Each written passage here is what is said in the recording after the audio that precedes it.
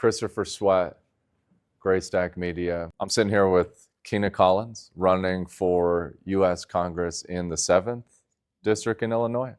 Yep. And we're here in the 25th Ward IPO office. Mm-hmm. Okay. Our campaign headquarters. Right here in the middle of Pilsen. Right. Okay. And I assume this is in the district also. Yeah, so it's part of Pilsen is in 25th Ward is in the district. We got a handful of precincts, but I work closely with my brother Byron Cicho Lopez. So who's been on this platform? Yeah. Yeah. And this is just like a community space for movement leaders to come in, and we're building. And we were very intentional about coming to Pilsen because of everything that's happening with ICE and immigration. So it's definitely symbolic. It's definitely was important for us to, get this W with Byron, but also just like to build just political movement and coalition. Okay, that's awesome. I've been here a few times, I think for some probably like rapid response planning. A lot of mutual aid, a lot of community meetings. So it really is cool because it helps us keep a pulse on what's happening in the community. I think campaigns can be very stuffy and it can get inundated with consultants and all of that. And I think it's good to see the mutual aid happening and how many people need it and, why that's important to stay grounded and rooted in that. True. Okay. Let's kind of try to talk about your roots as much as you want to share that kind of leads up to the moment that we're in now. So how did you even get politically or socially active? I think that's to be Black in America, right? It's the whole saying, everybody wants our rhythms but don't want our blues type jam, right? I always say organizing chose me. I didn't choose it. I grew up, born and raised in the city of Chicago on the west side in the South Austin community, still live in South Austin in the 28th Ward. And my first thing that politicized me was witnessing somebody be gunned down in front of me as a child. And I knew even as a child that the bullet was flying long before anybody pulled the trigger. Public school shutdowns, lead in the water, toxins in the air. This is still our community that we love, but children in particular can always tell when they're being invested in and when they're not being invested in. And for me, that manifested in seeing violence in structural ways and in physical ways. And so I got trained in violence interruption work as a Chicago public school student, de-escalating fights in Chicago public schools amongst my peers. And then that work continued on as I went to college in Louisiana. They love their guns in Louisiana. Sure. It taught me just a whole different story and perspective. But I think what was my first political experience? It was that. It was me as a child literally wanting elected officials to care about my community as much as the people in my community cared about. Sure. So I just remember after that murder happened, there were several murders every summer in South Austin. Is one of the most dangerous neighborhoods in the city of Chicago. But to me, it's just where I live, right? So we would be left cleaning up the blood off the pavement, right? The city wouldn't even send streets and sanitation to clean the blood up. We would, when someone loses somebody to gun violence, it's not just one family that loses somebody, it's an entire community that loses somebody. And so injecting that humanity back into movement work, politics, I think is a piece that is missing constantly in Chicago politics. And so that's just how I got into it. Okay. Yeah, so basically having real world experiences that you didn't see reflected in the institution itself. Okay. And then it sounds like you also did a lot of community work and different kinds of organizing before running for office. Yeah, I don't think Black children in particular in the city of Chicago, I can't speak for all, but my experience is it's not a welcoming space for young Black people in this politics in itself. It's a very political city. The gangs are political. The churches are political. Its politics is kind of a part of the daily life and the in-groups and out-groups of our community, but we're not always included, almost never. Okay. Like, I would even argue right now, there's not a real succession plan or plan for young Black Chicago. Okay. And I mean people between the ages of like 18 to 40, right? And there's certainly not a plan for 14 to 24-year-olds. Okay. There have been like great ideas to implement, but we've not been really groomed or trained, or like, when we think about the political movements in places like the West Side of Chicago, Chairman Fred Hampton, he was doing political education. He was very much political and saying don't shy away from that. And extremely young, 21, 19 years old when he stepped into the game.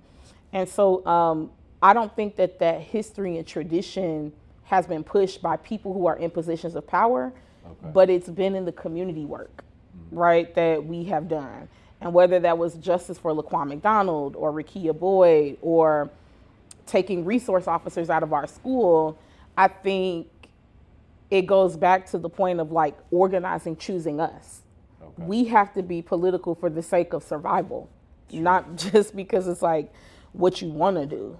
And so that's kind of been my experience in the political system. And like, it's been interesting because I always felt like in the runs that I've had against Congressman Danny Davis, there was more resource put into keeping me out than actually doing the job as a congressman. Okay. So like we see where the energy goes.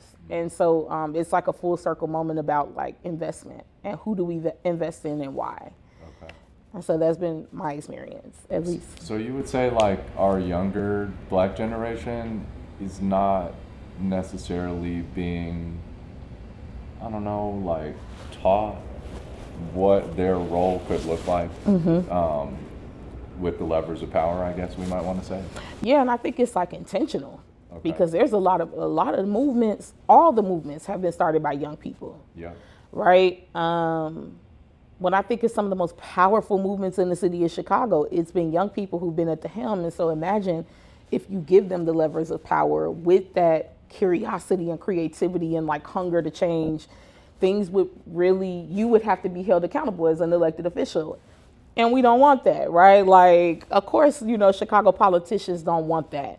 But I always wish that people could see Black Chicago and young Black Chicago the way I see them, right? Like just so full of life and like really love their community. I think there's a narrative nationally that gets spent about, we get turned into like the political punching bag for a lot of these issues.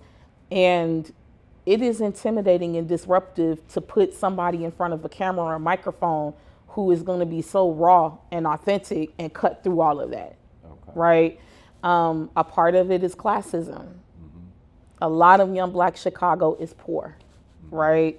So they're not seen as like the ideal Black to put in these positions. And so for me, like that's a struggle too, is like classism and building this class solidarity and putting that at the core and finding ways that like we could build up leaders. But no, like I don't think that I think it's intentional that young Black Chicago is being kept out of like the seats of power. I see. But then in some ways then your kind of race represents this leadership, I'll call it, to kind of give young Black Chicago something to reflect on that is maybe missing in the politics right now. Would you agree with that? I mean, I think that I've talked to a lot of young Black people who paid attention to the race and they are inspired by it. And I do think they wonder like if that's something that they can do. And I'm seeing more young people run for the seats, but we have to win, right? Like it's not just like the opportunity to run to make a statement. No, we need to run to win because there's a lot of things that need to be changed. And I don't know if like my campaign is a staple for that, but I do know that there's a lot of wisdom we gain that we would not have had we not done electoral and political organizing all of this time, like all these years. And so really anybody who runs for a political office, if like you're not running because you think you're going to lose, then like you're never going to run. Yeah, true. You could have every endorsement, all the money. We've seen people fall flat on their face and lose with everything on their side. Right. The purpose is that you have to get out there and learn how to do it. And so the trick, in my opinion, has been to make it look so insurmountable and so gigantic that you can't do it. And I think where we have served as a campaign for Young Black Chicago and young people in general is that it's not as scary as you think. Okay. And I've had people tell me that, like, even some of the candidates in this race, like, if Kina could do it, then I could do it, right? Like, so in that regard and in that respect, like, I feel like that's a W, right? Like, that's a win, because that's how political movements happen over time, not just, like, instantaneous. Sure. But I don't know if, like, we're the leader for that, because I think there are a lot of great, like, young Black leaders in the city of Chicago, the Jeanette Taylors of the world, the Kina Collinses of the world. Brandon Johnson is relatively young in a lot of ways. And so there's a lot that people could pull from, and even people who aren't in political campaigns. There are a lot of young Black activists and organizers in the city of Chicago that you could just, like, pull inspiration from. So I don't know if, like, we're leading that regard, but I do think that we're serving in a way that it's making it look tangible for working class, non-traditional candidates to battle the machine and, like, really make some noise. Yeah, and I think that is a worthy cause, and I definitely think that's the only way that things have any chance of improving. If we, what do we call ourselves, regular people? Whatever we call it, right? Yeah. Okay, so now you have run for this seat a few times. I think 2020, no. Yes, 2020. Okay, 2020, 2022? And 24. And 24, okay. Now, there's obviously, like, some benefits to that, okay? And it also shows, like, your persistence and commitment. What has it been like, and how has it evolved since that first run? Man, I remember when we came out, so 22, we filed in 2019. Okay. And one of the first things that we called for was the abolition of ICE. Okay. That was a huge defining factor in 2019. That was a huge defining factor between Congressman Davis and our campaign. Okay. Because the Illinois 7, for any of your viewers who may not know, is like all of the west side of Chicago, downtown. It goes to the near north side. It swings to the south side, all the way to West Englewood and Chicago line. And then it has parts of the western suburbs like Oak Park, River Forest, all the way to Westchester, Illinois. Okay. So in a lot of ways, there are pockets of, like, progressive spaces in Illinois 7, but for the most part, there are not a lot of, like, abolition candidates that have run openly for such a big seat. So there was a lot of pushback. Like, they were like, that's too extreme. Like, the West Side's not going to go for the abolition of ICE. Like, you're talking about abolishing sectors or, like, police tactical units. Like, that's, and because, to the point that you made earlier of, like, my movement work before I got into politics officially, my political praxis was like, it's not necessary. We can win people over. We lived in a world without ICE, number one. Yep. We're never going to, if we're standing in the arc of abolition and transformational justice, which our district is a perfect case study for it, because we have $1 million blocks in Illinois 7, right? So the government spends $1 million for 100 blocks in places like the west side of Chicago, $100 million a year to incarcerate people for nonviolent offenses, mostly. Sure. So instead of that money going towards education, healthcare, childcare, the things, housing, the things we need, building a strong local economy, we're incarcerating people. Then we're re-entering them back into the same neighborhood with the lack of resources, traumatizing them even more. And then they're going right back into, so it was like a vicious cycle. Yeah. So to me, this is like a perfect case study. And I also thought, like, Congressman Davis shouldn't push back on this because he was the architect of the Second Chance Act. Like, you wrote the Second Chance Act, but that wasn't the case. He did push back on me, and he did use that as like a smear to call me a defund the police candidate. So that was just a long way to answer your question. But what was interesting was, like, when we got really close, that one primary of taking Congressman Davis's seat, groups like AIPAC and dark money PACs and like political establishment people like in the Democratic Party, the Hakeem Jeffries of the world, Nancy Pelosi's of the world, they poured money into saying this candidate is dangerous because she's dangerous for the city of Chicago. She's trying to cut funding for policing, and they spent it in that way. Yeah. Can I also point out, because a lot of people don't realize this, so like there are two places where we overspend on the policing that sit outside of the budget. One is property and casualty losses. Okay, because people don't realize that the police trigger property and casualty losses and losses for deaths and wrongful killings. So that's one place we spend money on for the police that obviously there's a benefit to cutting that spending, which would probably be behavior modification. And then another place is unplanned overtime. Anyways, so like if we have a budget, I don't know what our not only that, I mean the settlement piece. Well, the settlements, Chicago PD settled $500 million in the last decade. That's $500 million. $500 million of settlements. That's just not even like that you pay back. That you, the taxpayer, every single person pay back. So I think, I think some people get it twisted. They get it so twisted. Because you think you're paying for like a cop to come to your door on a 911 emergency. But you might have an officer that's making $425,000 on the front line. It's wild. Because he works 120 hours a week, if that's physically possible to do. That is wild. And they have a lot of emergency powers too to like implement overtime policies.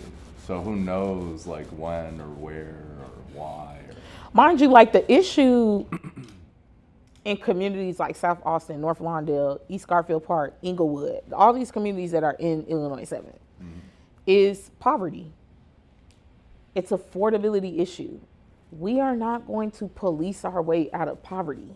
Sure. I've lived in a community with the heaviest police presence in the city of Chicago, but you're still saying that the crime is still very high? How? That means you're not doing your job. Sure. Under any other metric in corporate America or anywhere, if we invest this much to leverage you in the field to fix or bring a solution to a problem, and then you come back and you're saying, oh no, the problem is still exacerbated, you would lose your job. Sure.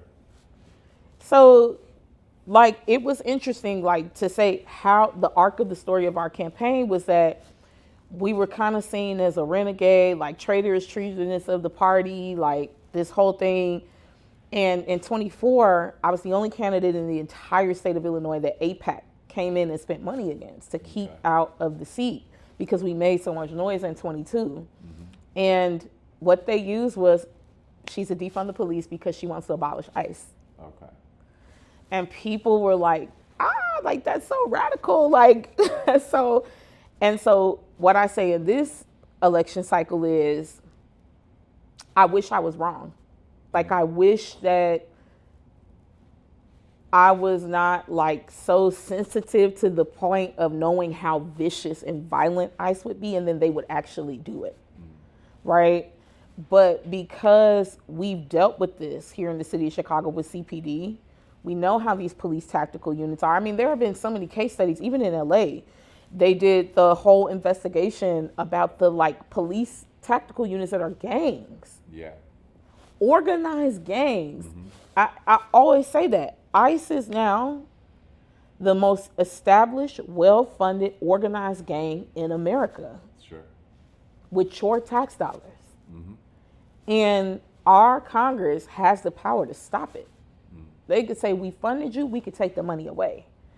So to me, everybody's kind of upset because they're like, oh, the Democrats are spineless and like, they're not, no.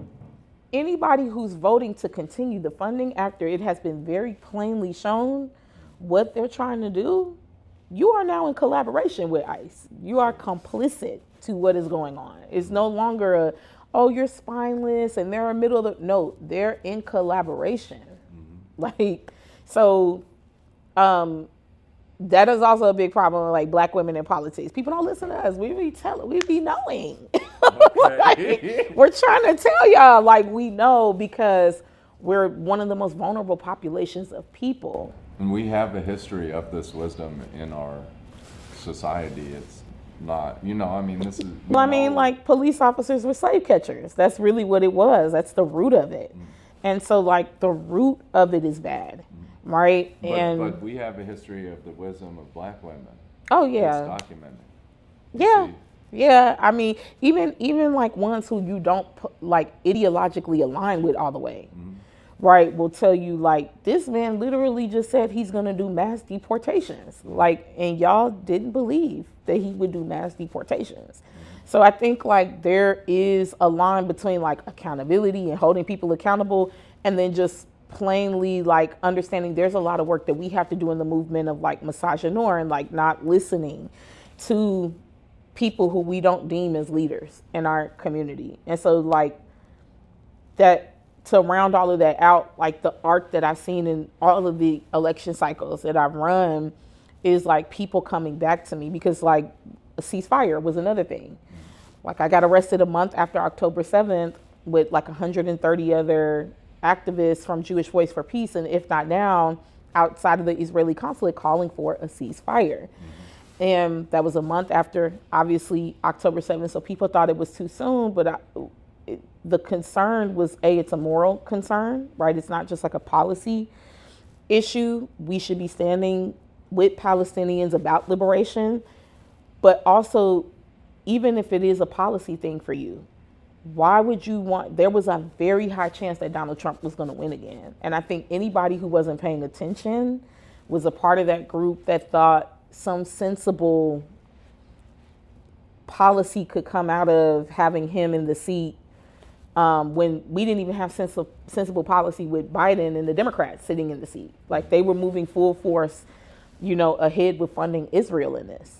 And so like that, seeing community members come back and be like, I apologize because like I didn't see, what you saw at that time is incredibly frustrating, but it's also like, this is the movement work. Like this is why, if anybody says, well, why do you keep running? Because you need those voices in the room. If everybody's going to say the same thing because they want the safe option, it's dangerous for so many communities that are vulnerable to that silence. You know what I mean? So if for nothing else, like obviously we want to win, but like if for nothing else, being the only pro-Palestine voice last primary cycle, calling for the abolition of ICE every single election cycle and being consistent on that, like it's important because I think like people are really seeing it now and may change their perspective. But now this cycle, this is the most you've raised in a cycle though, is it not? Well, we haven't filed yet, but last cycle we raised a lot. Okay. We raised a lot, 800, I think like it's almost $1 million. But I feel like some of the policies like you're saying that you've been talking about are becoming way more popular right now. Oh, yeah. So are you like leaning into that message or kind of preparing on how you might deal with opposition when the ballots start going up? I mean, I think that, so the seat is open now, right? Congressman Davis has retired, which is also, that's what people also don't understand. When we first came in, Congressman Davis was taking like 73% of the Democratic vote, no matter how many candidates were in the race. Now that he's retiring, he's barely getting 50% of the vote in the district. We have dragged this district to the left. And we have expanded the anti-establishment vote in this district. And that's also movement work, right? But now the seat is open. And I think that what we're seeing in the polling, for example, is that we are the best known progressive in the district. Like it's a very established brand of progressivism and leftism. Like they're not confusing me with any of the moderate candidates. They're like, no, like we know where she stands on the issue. It shows a lot of favorability towards the campaign. It's still early, so you'll have a lot of undecided voters, but they go by like the names that they know on the ballot and they'll do their research based off of that. And so in that regard, I think we've really solidified ourselves as a campaign of where we stand, where I'm very proud, honestly, of the other progressive campaigns who stepped in. It's kind of wild, like hearing my talking points, like come, I'm like, okay, you're doing your research, like, but I'm very proud of it because it is hard to come out and make those positions on your first run or, you know, what have you. And I think that the horizontal fight is not the fight. Like, this is not the fight. This is the fight, right? Like, it's more vertical. And so it's a little bit harder for them to crack through because, like, people don't really know who they are. They're introducing themselves to voters in the district, whereas we have a more established brand of who we are. But I'm proud to hear that coming from those campaigns. Okay. So, yeah, I mean, I think I would like AIPAC to step back in because I think people have had it. You know, they've had it with these self-interest groups, like these dark money PAC groups. Like, and if you are in this moment in this district, which is an extremely young district, like the median age in our district is 35. If you're getting mailers that a candidate is a defund the police candidate, I think that gives them street cred. Okay. Like, they're going to be like... But I honestly think the sentiment is more in favor of... Right. Oh, it's completely switched. Oh, and can we be honest? Maybe I'm considered radical or whatever they call it. Radical. But I've been wanting to get rid of TSA since I was young. Okay, I still want to get rid of TSA. TSA came through the Patriot Act with Homeland Security, and then obviously there are things that Homeland Security does that most of the public didn't even realize until these last 12 months. So now we're looking at like this massive multi-dimensional entity that we've been given all this money to, and it looks like an armed group or a domestic militant group. That's what it looks like. And so, like, from my perspective, we're covering this new domestic militant group that the international community has been watching us cover because people are very confused about why we have a state-backed armed group on the ground. And then I've been trying to tell people we're in a low-intensity conflict, which is like security and war language. So we have this group that you would like to defund and kind of rein in that is costing us economically, that is the casualties are piling up. Yep. The deaths are starting to pile up. And again, it's creating enough friction for low intensity conflict in multiple regions in the country, including here in Chicago. So I mean, is it that extraordinary to think that, like, having some control over where we're spending money on national security is is that so radical? No, it's not. And they've gotten it wrong several. And is national security marching one of these armed groups through the city center of Chicago? Like, or, you know, running through apartments and violating civil rights and civil liberties? Right, but also their target is wrong. Because if we really, now you're getting into like my background as a gun violence prevention advocate. Young white men between the ages of like 18 and 24 with a gun are the most dangerous terrorist issues that we deal with in the United States of America. It's domestic terrorism by way of gun violence. That group has never really been targeted though. So the fact that... Well, here's the argument that the stakeholders make. This drives me crazy because I'm adjacent to these folks because like, I think like you, I want some influence in this policy sphere because I was a victim of gun violence. And I also grew up in the lower resource community. So you're definitely looking out for the younger version of me. I appreciate that. Wish I knew you back then. But so we know they use the identity-based targeting. Right. They're completely comfortable using that for Black and Latino. When they go to white, they claim it's the lone actor. But even if it's the lone actor in the Black or Latino, or it's a lone Muslim actor, they'll target the whole group. Right. And Gregory Bovino even answered a question back in late September that explained how he thinks about identity-based targeting. And he talks about what people look and sound like. Right. And then he explains how it's up to them to protect their rights, not me. I'm just asking the question. As a concealed carry permit holder in Minneapolis a day or two ago, right. The goalpost moves, right? But I think that in this movement, working with a lot of organizers have tried to do is for a very long time is clamor and make the noise and let people know, especially white folks in America, that this violence doesn't happen in a vacuum. Like all of this stuff is interconnected. You think that this is not an issue for you, but it's an issue for all of us, right? And it's an issue for the collective. And I gotta say, the All Lives Matter crowd is real quiet right now. They very quiet. I haven't heard any All Lives I Matter ain't heard in a no while. All Lives Matter people in a minute. Where y'all at? Yeah. So it just is like, this is, I mean, the rooster's coming home to crow, right? Well, the like, All Lives Matter people are probably starting to become a little bit weary. Not all of them. I'm sure there's a sect of people that believe that the federal government should be able to maim and kill people in public. So I know there's that. But that's the whole argument. So once again, as a gun violence prevention advocate, this is a cognitive dissonance for me because forever, y'all have said that you believe in the Second Amendment, right? One of the biggest arguments that like the NRA and all these gun lobbyist groups was that a tyrannical American government that could come and kill people. Yeah. And it's like, that's why, really, we knew this all along. It was mostly, y'all were afraid for black folks and brown folks to get access to guns because you believe that we would do to you what you've done to us for centuries. And that was never the plan or the plot on black communities. A lot of black folks will tell you, I spent 5 years in the South. They got guns to just protect themselves, not to go out and actually harm private property. Just defense, which is what the Second Amendment, right, is about. The ability to defend yourself and to defend your property and not just to harm yourself or harm the public. Right. Which so we really haven't seen that kind of retribution from black Americans. And mind you, for a lot of black like GBP activists, we support the Second Amendment, right?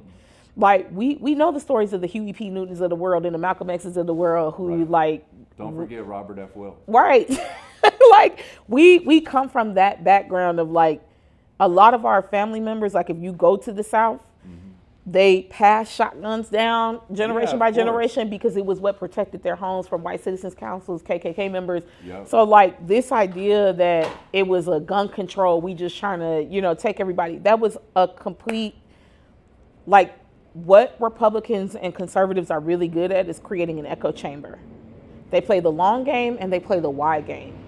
And then the Democrats come right behind them and use their talking points against their own communities. Like, y'all let them take woke, y'all let them take defund the police, like y'all let them create their own narrative around these things. And then now that the roles are flipped and they're turning on any and every community that's speaking up and standing up, it's no longer you have a Second Amendment right. It's no longer you should be able to own a gun to push back on a tyrannical American government that may flip on the people. Right. It's he shouldn't have had a gun. Right. But he was a concealed carry holder. Like exactly. So when I say that Democratic leadership is completely oblivious to what is happening, they have no plan. And when we say we take the gloves off, it's that we're new leaders who are coming into the political sphere or even in the organizing sphere, you should be coming in to build the opposition. Okay. Like we're constantly on the defense, we're never on the offense on any of this stuff. And we're typically like progressive ideology is way ahead of the curve. Sure. Like it ages like wine. Free trade is a progressive idea, by the way. I'm just saying, late 1700s. I mean, I'm just saying. I just think that we just have to. Douglass was an abolitionist. Mm-hmm. Right. Mm-hmm. I mean, thank God. Mm-hmm. I mean. Well, that was like the constant conversation around like the peak of Black Lives Matter is that like, and even the argument about abolition in its current state is that like, what are you guys talking about getting rid of ICE? Like that's so radical. It's like, we live in a country where they thought slavery, there was an entire civil war because they thought enslaving, maiming, torturing, raping people was our economic boon, and we had to protect that asset Right. of harming people. And they thought the abolitionists were the radicals Right. in that situation. No, it's radical that y'all think it's okay to separate families. Sure. Another idea from chattel slavery. Y'all think it's okay for ICE agents to go in, the reports coming out of them, like raping the women in ICE facilities, and probably some men, right? I haven't seen as many reports. That's also something that came from chattel slavery and just in millennium of like power structures and weaponizing that. And so I just think that when we look back 30, 40 years from now, where did you stand on this? Okay. People always romanticize the civil rights movement, women's suffrage, all of these things. Well, yeah, there was a time where like Dr. King wasn't polling so well. Sure. Malcolm X was not polling so well. They were not these great American heroes. And so we're in that moment right now. And I think I felt that even like 6, 7 years ago. Like I was like, people were saying to me, for example, like the abolition of ICE and you pushing for that, that's not like a black issue. Oh, well, it is. Okay. Like it very much is. It very much is our business. Like, I don't know if y'all know that, but it's participating in feeding a mass carceral state. Sure.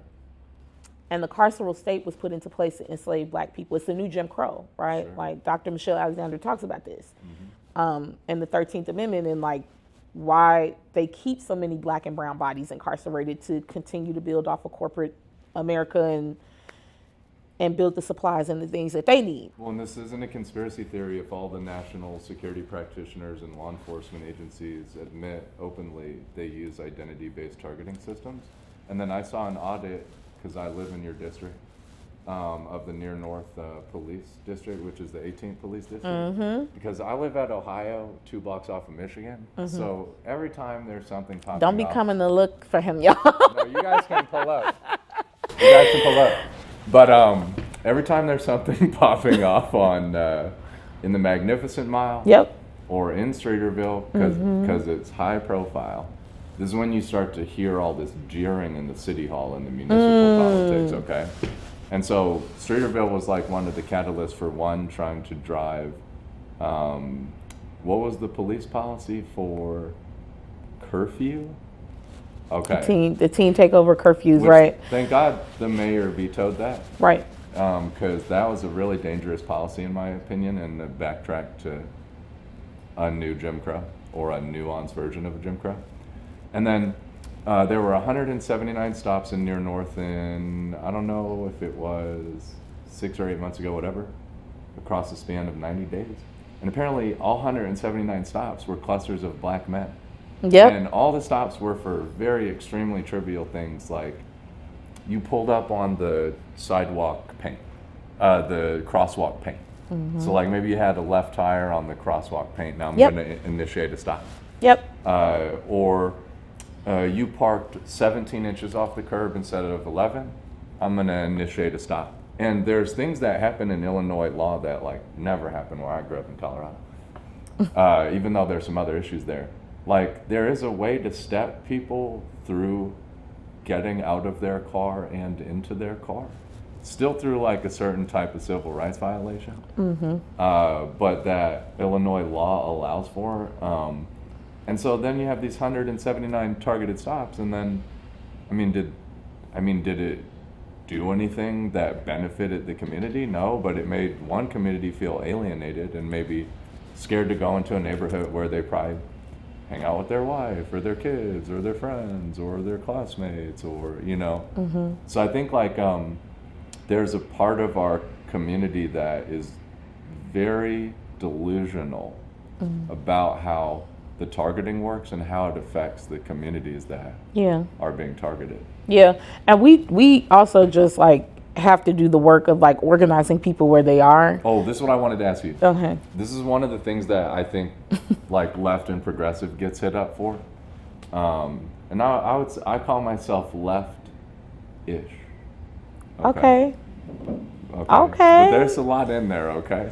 Let's unpack This might that. be a new show. Okay? But the reason that, okay, so one of the things I notice on the left is that left progressive is that it doesn't necessarily have like new policies. Right. And I feel like there's probably an opportunity there, but I'm wondering kind of what you think, because this is evolving. Like, what do you mean, like not having new policies? Like, we know that like we have certain cross-jurisdictional laws that allow for law enforcement coordination across federal, state, and local in a mass casualty event. Do we want to get rid of that? We probably don't, especially not in a major metropolitan area, because it can get really dangerous really quickly. People behave unpredictably in emergencies. Well, I'm interested though, because you said you called yourself left-ish. Why? I grew up in like a pretty conservative household. Oh, okay. So like a long history of black Republicans. Oh. My dad was in California politics. Okay. Unfortunately, he did stuff for like Nixon and Reagan in California in the 70s and 80s. He was on the Electoral College all day. Then I, grew up in Colorado Springs, which is a very law enforcement military community. Right. Created a lot of conflict for me. I was a victim of gun violence too when I was younger. The police assumed I was a gang member. I'm like bleeding, I need stitches, like, do you know what I'm saying? Yeah. So their first assumption was a gang member. So that created like a very like dual sense. Because I'm like, I thought I knew y'all. Like I thought I was on y'all side. I don't know y'all. And then, that put me through like a nice little period of disillusionment in my 20s. So there are some practical things that I think that progressives could probably fill in the blanks on, to where like there's not that gaping space for the exploitative people to kind of manipulate, some of the necessary elements of what you're talking about. This is a big problem in the progressive left. And because it's not enough. No. What I was going to say was, there's not enough black people that come from, because like even like the leftist groups that run the city of Chicago, there's not enough actual people who live in these communities that are being impacted. Like if you're saying you're fighting for the working class or the working poor, is the west side and south side. It's the Southland. It's the Provisos and Maywood, Bellwood, right? To the point that you're making though, people would believe they espouse a lot of these conservative ideas because they don't want to get rid of the police, even though they've caused a lot of harm or what have you. But it's because we're not filling in the gaps. We're not building the relationships or doing like the political education work that needs to happen in those communities. I never hear progressives say like no emergency response. I never hear that. So like I don't hear progressives be like, we don't need any emergency capability. I never hear that. In fact, most of the progressives remind me of some of the more like survivalist types, because they know how to do emergency response. Right. Do you see what I'm saying? Right. Like it's like a core skill set in progressive politics is that you have the ability to respond to the community's needs in real time or near real time. I think you get what I'm saying is like there might be some more room to develop some additional policies that help people not exploit these reasonable claims is what I mean. And I was just wondering, had you thought about that? Or I mean, definitely. I think that's a part of the coalition building aspect of it, bringing in voices that have different lived experience portions of it. Like, yeah, I definitely could. I never heard that. I'm leftish. Ish. I mean, because, like if I probably had like an anarchist period where it was just like straight anti-stuff. Yo. Okay, now that's interesting. And remember, that's a lot of military and yes, former law enforcement. But it's also something else that is being baked. Oh my God, this could be a whole nother episode. The male loneliness epidemic and the rise of red pill content and incels, and like, not saying that that's what you. No, I know you are. No, I understand. I'm not saying that that's what you were. What I'm saying is there is a broad population of young men, in particular, when you talk about that vulnerability, because of societally how women, we typically build in community. Like we get insulated in community because it is like a defense mechanism too. Like we know there's power in numbers, and we build these like very organic friendships and community groups, and like we do better at making friends, you know.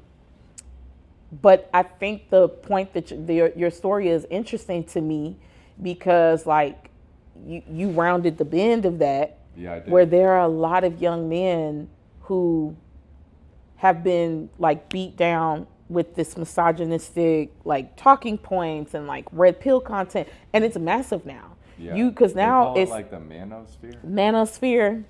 Like it's very anti-black woman, very we get it the worst in the manosphere. Like, but culturally, I do think about how that's going to play a role in politics and moving forward, right? Because now we're introduced into a world of AI, of deep fakes, of like, it goes beyond just like Joe Rogan and the rest of them talking like this. Yeah.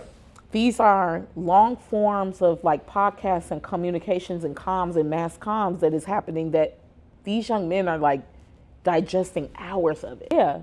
Like they have an idea of what masculinity is and being put in that box. So even to go back, like my father, in his 60s, older black man, there's so many things that we've had to, he has 4 daughters, like me and my 3 sisters. And there's so many things that we've had to unpack with him because there's been this box of masculinity that he thought that he has to stay in. Yes. And it has, and we have influenced his political views and expanded his political views. But I often think, like, what type of man would my dad be if he wasn't surrounded around women, like daughters and a wife? You know, he's been married to my mom for 40 years. Shout out to my parents. That's awesome. But yeah, like, what type of man would he be in this environment? And I do worry about our young men constantly. The things that they're digesting and taking in, like from a social media standpoint, not being able to decipher between what's myth and what's fact. Sure.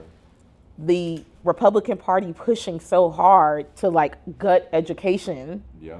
So like they're not getting libraries, books are being banned. Are they being taught how to actually research what's true and what's not? And I catch it sometimes with my nephews, right? Like as they're saying things or doing things.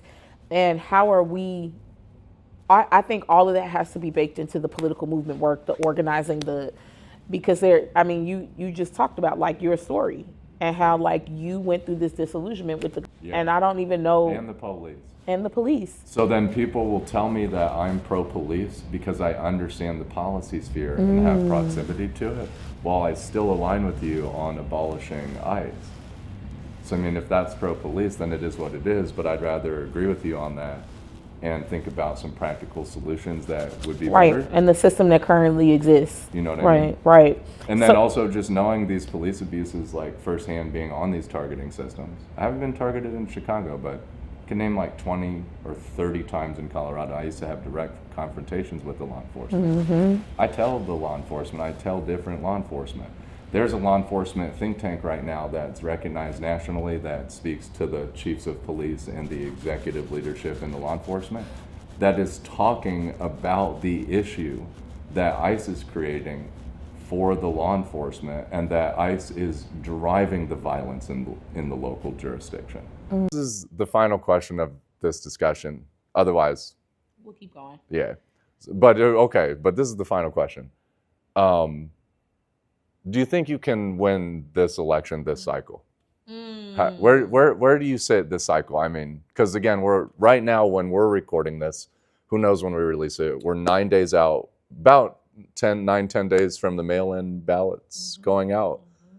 So that gives us the window of basically February 5th to March 17th. And I mean, you've been through this process. You've got a lot more name recognition. You've got like probably a more stable campaign entity. Like people know what you're talking about. A lot of people in the district know you. There's some things I think are in your favor, but do you think you can win this time? I think that this election cycle is the closest we could ever win. Okay. It is the best chance that we've ever had because the field is so fragmented. I mean, in that full transparency, the hardest demographic to break through is older Black voters who typically vote with the incumbent. Okay. So it wasn't that like Congressman Davis was, I mean, he was beloved and people loved him, but they really respected him too. But the favorability was really low. Okay. People wanted somebody new. And so this time around, I think it's a very clear option, you know, for people as far as, well, who have we really seen in those last couple of years? We're probably the closest thing to the torch being passed from Congressman Davis, because there hasn't been a lot of young candidates coming up behind him that have expressed interest and are now expressing interest about the seat in a more open way. But I also think, like, from a policy standpoint, right? Like, this is about what the district wants. Like, are we okay with what's happening with ICE? There was a reason, by the way, the Broadview ICE facility is in our district. Okay. So Illinois 7 has become ground zero for this conversation in the country about ICE raids, how they treat protesters, et cetera. They've been stationed downtown, patrolling the streets. They've come into neighborhoods like Pilsen, and, you know, they've attacked West Siders, right? Like, we've seen a West Side pedestrian being choked out by ICE agent before off the highway. And so there was a reason that Trump specifically chose this area. And I think it's because we really have the potential to have that energy flow into some of these battleground states. So that's a long way of saying, yes, I think we've never had a better chance than now. People in the district know who we are. And to give you an example of the energy, I announced like 2 weeks before the petitions were due. And my volunteers came in 9 days, 10 days, and got us the signatures that we needed to get on the ballot. Thousands of signatures, right? So for them, this is like what we've been working towards, is that we positioned a strong progressive when Congressman Davis stepped down to take the seat. And I feel very confident going into Election Day. Okay. We're going to keep following you closely. And then after you get elected, then we'll decide on how to do the conversation, because you may not be able to have the conversation. I mean, you know. No, well, let me say this. March 7th, now this is funny because March is the election for our campaign. Okay. I mean, for this district. It's not November, because people get it. Did I say November? No, My bad. Okay. You said March. Okay. But our district is a deep. Oh, you're saying that the decision is in March, period. Right. So our Cook Party. We're not going to have a Republican like. No, they don't have a chance. We are the 5th most Democratic district in the United States. Oh, I could see that. The most Democratic district in the Midwest. I've never met a Republican living downtown, by the way. There's some. Is there? Oh, there are?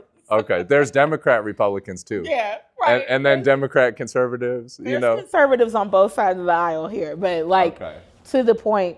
But there's not enough Republicans to. Right? Like yeah, they true. May have some conservative views, but they're socially Democrats and they vote Democrat. True. And so for this seat, March is the election. Okay. Whoever wins in March is like 9 times out of 10 going to win in November, unless something absolutely insane happens. Like J.D. Vance comes and runs in the 7th.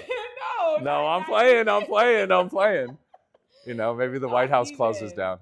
Like, I don't see any pathway for a Republican to win this seat, which is like really cool, you know, in a lot of ways. But I think we are like the test of what's happening nationally in the Democratic Party. Like, do we go more young and progressive? Okay. Do we go more status quo? Like Congressman Davis should have found out that if they didn't move progressive, hence they didn't win the presidency. I mean, I think that was pretty apparent that they chipped that block off of their base, right? I mean, get you somebody who's an organizer. Because they do a lot of gaslighting over there. No. Okay. Elect y'all an organizer. Sorry, I'm trying to be nice to the Democrats, because we want to see Kina have her shot. Elect the organizer. The opposition party. Okay. You gotta elect the organizer. The candidate not accepting corporate PAC money. The candidate who has a track record, a solid progressive track record on the issues. Not when it was safe. Not when it was an easy thing to say. And so that's the options that they have. But we feel very confident. Like, the polling is looking good. Like, Now I feel like we. 5. Vote for me. All right, yeah. Punch 41 on the ballot. That's Okay. my ballot number. Appreciate you, Kina. Christopher Swag, GrayStak. Cool. We'll talk again soon. Okay, good.